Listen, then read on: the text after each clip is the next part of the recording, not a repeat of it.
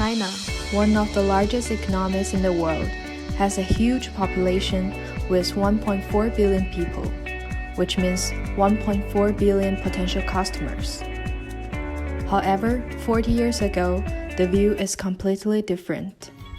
During the first 40 years since the People's Republic of China was established, China implemented the planned economic system and closed its gate from communicating with the rest of the world. During this period, people was not able to buy what they want. Individuals as consumers are planned by the government. There was no real consumer at all. In 1978, Chinese government decided to make some changes in order to keep pace with the Western countries. The policy focuses on reforming the economy and opening up to the rest of the world.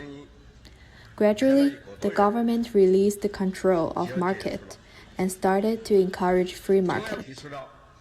Only until then, Chinese consumers regained their own power.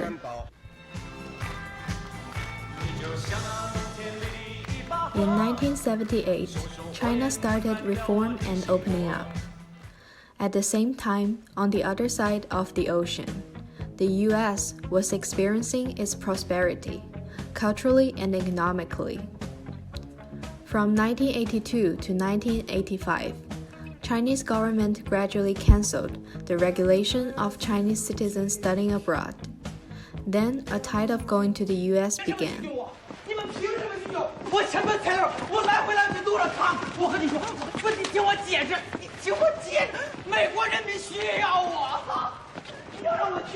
Lucy 说她不想离开中国，王阳为她放弃了签证。走吧。USA, here I come. USA, here I come. 妈，人民暂时不需要啊。This is a clip of movie called American Dreams in China. As shown in the title, Chinese people in 1980s were crazy about America, yet little can afford and little can pass the visa interview. The fever of living in USA was caused by the wishes to achieve higher life quality, better job opportunities, and more professional knowledge. At 1980s, China fell behind the Western countries in different domains. As the reform and opening up started, the door of China opened. People began to see the world of outside and were attracted by the advanced and new things in America. The trend of China was once led by the American culture after the reform and opening up. Nowadays, some products of American culture have entered and planted in China, such as KFC, the most popular fast food restaurant in China. Starbucks opened the largest flagship store in Shanghai and Beijing. American brand Nike and Adidas are also fairly popular among Chinese consumers. After China started the market economy policy, its GDP has continued to grow. Correspondingly, the life quality of Chinese people bettered sharply. Methodology. We have developed 6 hypotheses after literature reviewing. In order to test them, an online questionnaire was developed in English language originally. Then one of the authors who's bilingual translated it into Chinese. The questionnaire contains 4 sections testing different concepts and their relations, namely ethnocentrism, foreign culture preference, country of origin effects, and spending pattern. Sample questions like, a real Chinese should always buy Chinese-made product, and I like United States are implemented. And the last section was designed to collect general opinion on the influence of America on Chinese consumer behavior. Sample. The majority of the participants were recruited through a Chinese social media platform called WeChat.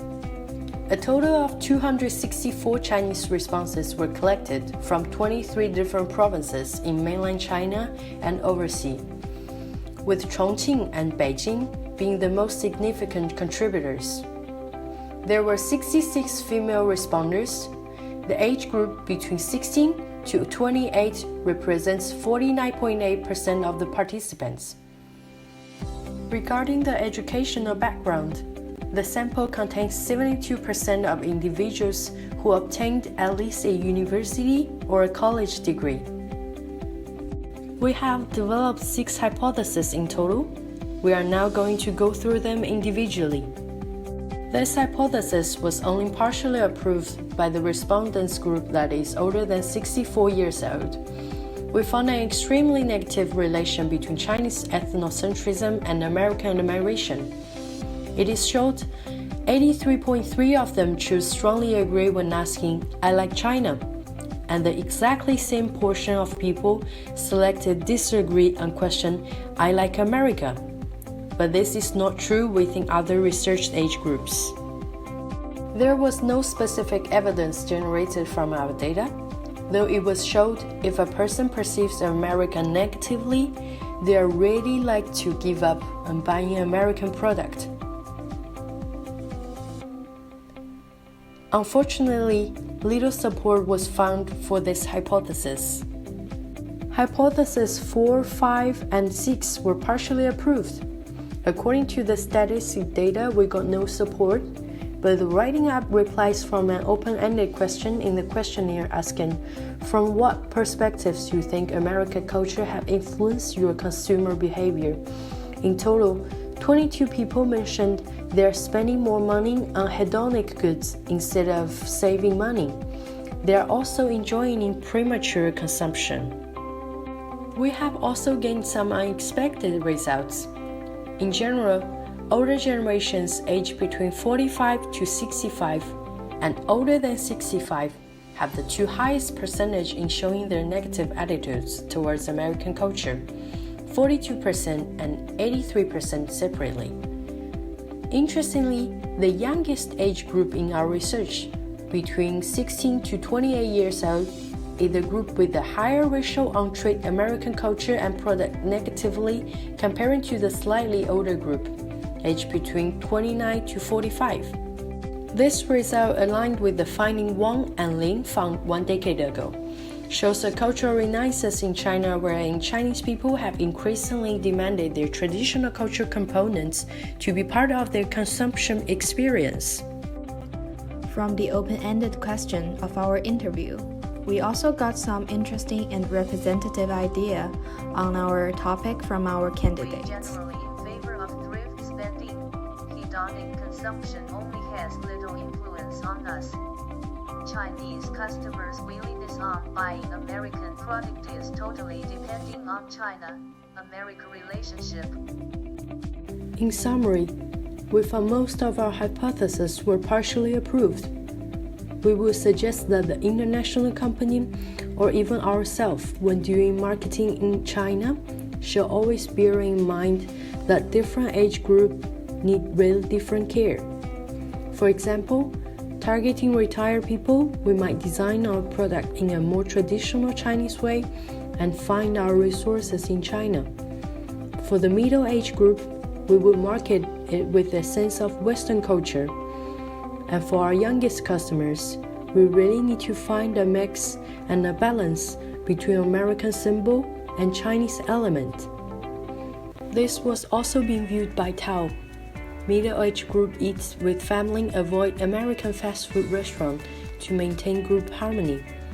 Because family members do not enjoy the taste of American food, they perceive American fast food to be unhealthy because it lacks balance between food and not belong to a part of traditional Chinese eating culture. However, middle-aged group themselves enjoying American-style fast food because it provides a modern environment to socialize same-age friends. In addition, the ever-changing history within the last 40 years in China inspired us. As a marketer, we need to always invest on market research in order to identify the predictable trends in the next few years and modify our strategies and tactics accordingly.